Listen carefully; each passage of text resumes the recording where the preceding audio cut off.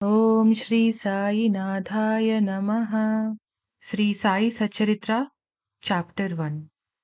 Obeisances. The story of grinding wheat and its philosophical significance. According to the ancient and revered custom, Hemat Pant begins the work Sri Sai Satcharitra with various salutations. First, he makes obeisance to the god Ganesh to remove all obstacles and make the work a success and says that Sri Sai is the god Ganesh. Then to the goddess Saraswati to inspire him to write the work and says that Sri Sai is the one with this goddess and that he is himself singing his own life. Then to the gods Brahma, Vishnu, and Shankar, the creating, preserving, and destroying deities, respectively, and says that Sainath is one with them, and he, the great teacher, will carry us across the river of worldly existence.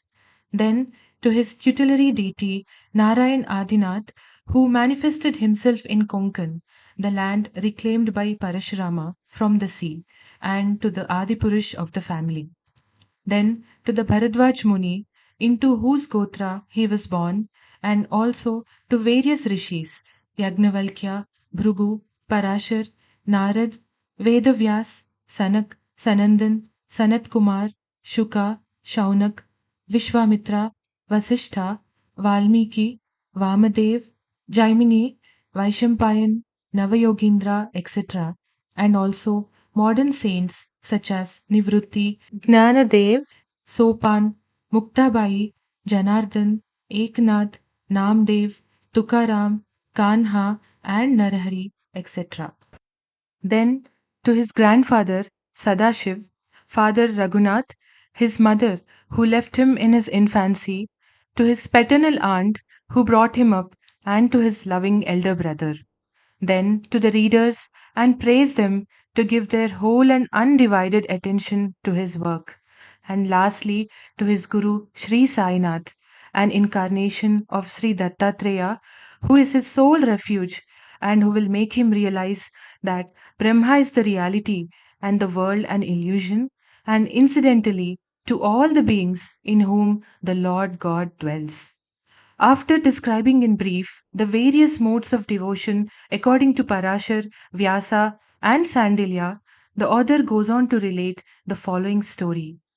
It was sometime after 1910 that I went one fine morning to the masjid in Shirdi for having a darshan of Sai Baba. I was wonderstruck to see the following phenomenon. After washing his mouth and face, Sai Baba began to make preparations for grinding wheat. He spread a sack on the floor and thereon set a hand mill. He took some quantity of wheat in a winnowing fan, and then, drawing up the sleeves of his kafni and taking hold of the peg of the hand mill, started grinding the wheat by putting a few handfuls of wheat in the upper opening of the mill and rotated it. I thought, what business Baba had with the grinding of wheat when he possessed nothing and stored nothing, and as he lived on alms. Some people who had come there thought likewise, but none had the courage to ask Baba what he was doing.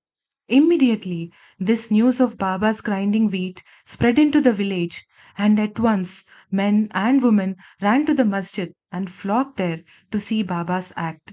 Four bold women from the crowd forced their way up, and pushing Baba aside, took forcibly the peg or handle into their hands and singing Baba's Leelas started grinding.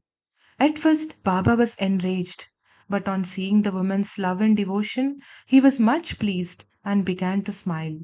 While they were grinding, they began to think that Baba had no house, no property, no children, none to look after, and he lived on alms, and therefore he did not require any wheat flour for making bread or roti. What will he do with this big quantity of flour? Perhaps, as Baba is very kind, he will distribute the flour amongst us. Thinking in this way, and while singing, they finished the grinding, and after putting the handmill aside, they divided the flour into four portions and began to remove them by taking one portion per head. Baba, who was calm and quiet up till now, got wild and started abusing them, saying, "Ladies, have you gone mad? Whose father's property are you looting away? Have I borrowed any wheat from you so that you can safely take the flour?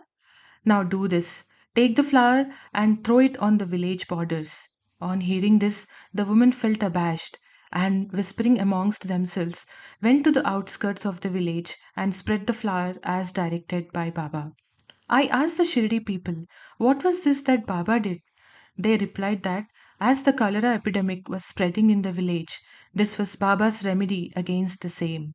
It was not wheat that was ground, but cholera itself was ground to pieces and pushed out of the village. From this time onward, the cholera epidemic subsided, and the people of the village were happy.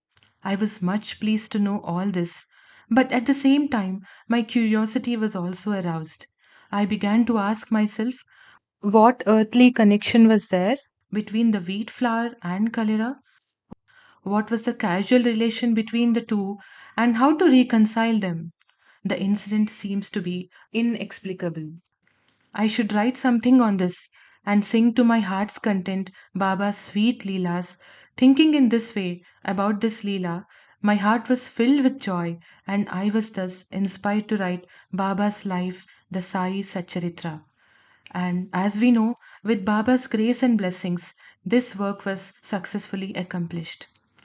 Philosophical significance of grinding. Apart from the meaning which the people of Shirdi put on this incident of grinding wheat, there is, we think, a philosophical significance too. Baba lived in Shirdi for about 60 years, and during this long period, he did the business of grinding almost every day, not, however, the wheat alone, but the sins, the mental and physical afflictions, and the miseries of his innumerable devotees. The two stones of his mill consisted of karma and bhakti, the former being the lower one and the latter the upper one. The handle with which Baba worked the mill consisted of dhyan. It was the firm conviction of Baba that knowledge or self realization is not possible unless there is the prior act of grinding of all impulses, desires, sins, and of three gunas sattva, rajas, and tamas, and the ahankar, which is so subtle and therefore so difficult to get rid of. This reminds us of a similar story of Kabir, who, seeing a woman grinding corn, said to his guru Nipat Niranjan, "I am weeping because I feel the agony of being crushed under this wheel of worldly existence, like the corn in the handmill." Nipat Niranjan replied, "Do not be afraid.